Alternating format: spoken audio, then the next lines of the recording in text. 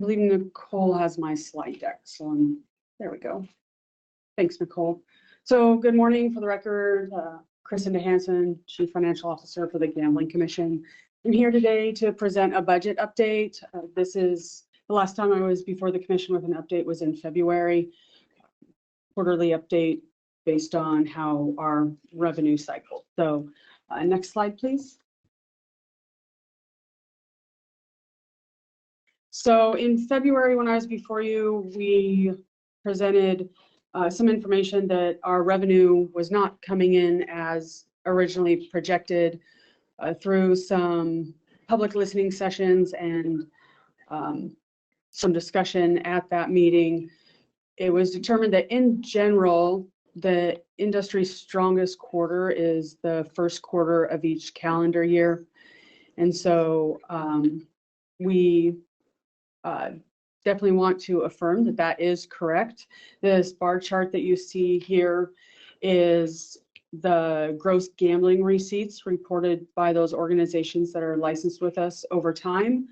And you can see that the most recent quarter, which is on the right of the bar chart, is about $18 million more than quarter 4 in 2023. We are still in a space where we are gathering data so that we can understand the cycles of the industry and be able to trend and accurately predict what's coming.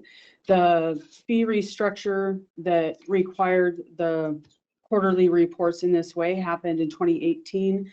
It wasn't fully implemented until mid-2019. And then, of course, 2 quarters after that, COVID just kind of threw a wrench in the works. So we are just getting to the point where we can have more than, a year's worth of data to see if those trends are repeating themselves. And so far we are seeing that there is some cycles in how the gross gambling receipts behave over time. Next slide, please. So the effect of this is that when I was before you in February, our revenue variance was 1.79 million. It was 1.79 million less than what we had anticipated. The first quarter performance has helped close that gap. Our variance is now about $1 million. And just as a reminder or refresher, some of that variance is because when the fee adjustment that we made went into place, that was a year ago. It was effective in June of last year. And when we were doing all the work to forecast our revenue, I was still relatively new to our requirements and what we were able to do when we adjust fees. And I had made the assumption that the fees would be fully implemented. All those changes would happen July 1, and that isn't the case because we can only adjust annual license fees. So the revenue the organizations have not been subject to the new rates until their licenses have renewed. So that is where part of that variance is coming from. But we do see that our gap is closing, so that's encouraging to see. Next slide, please. So the effect of that has been that our projected available fund balance at a fully staffed rate is now still in the positive zone at the end of the biennium. When I presented in February, this graph, the data had us crossing the zero plane in late March or early April. So the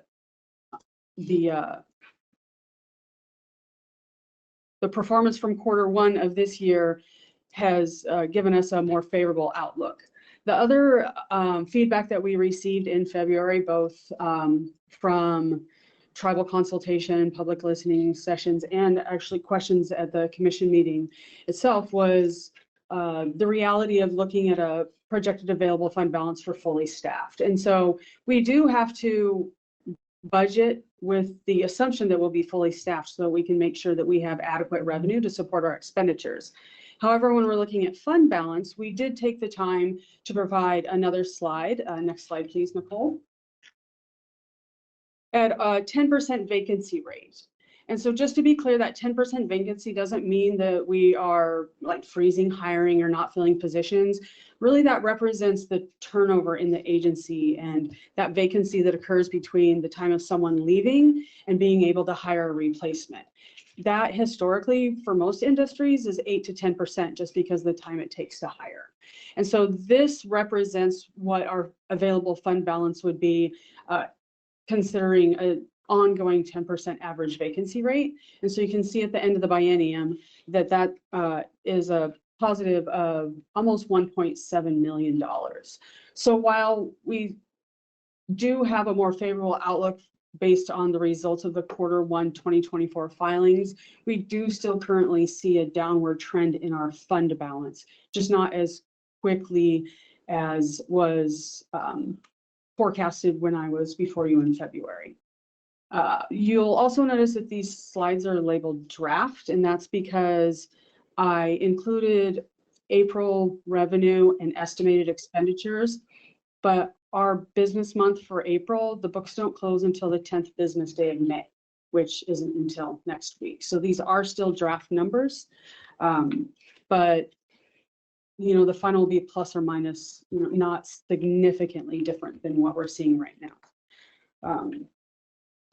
And then the fund balance that's projected through the end of biennium does include expenditures as approved when the budget was before you last year for the biennium, as well as the governor's initial budget increased central services by $800,000.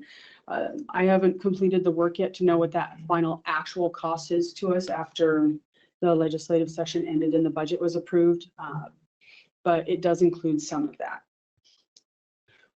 We will have in July before you a supplemental budget request based on expenditure changes that were not anticipated when you approved the budget last year, which may widen our gap between revenue and expenditures. That remains to be seen as I work on putting together the supplemental budget request. So, last slide, please. Are there questions?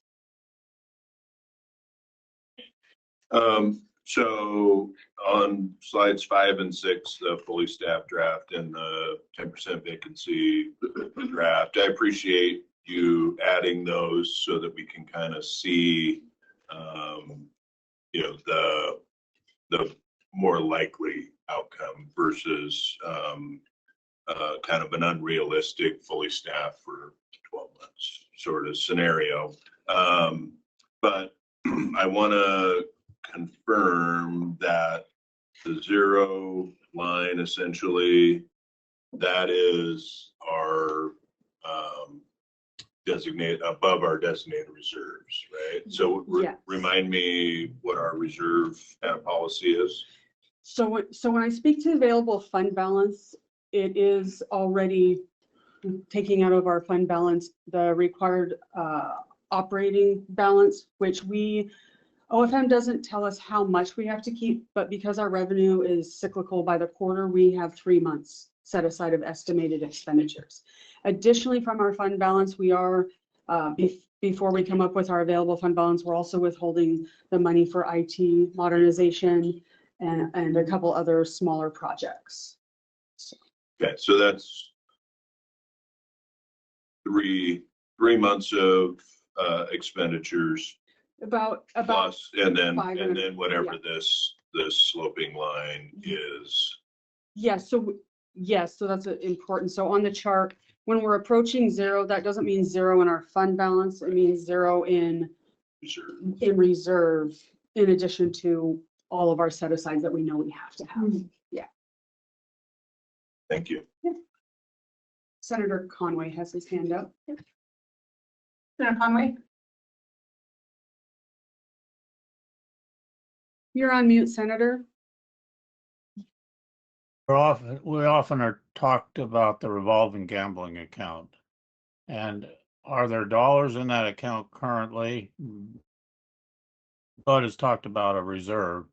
Is that the reserve? Is the revolving gambling account something else? Yeah, we only have one account, and that is is our revolving governmental account.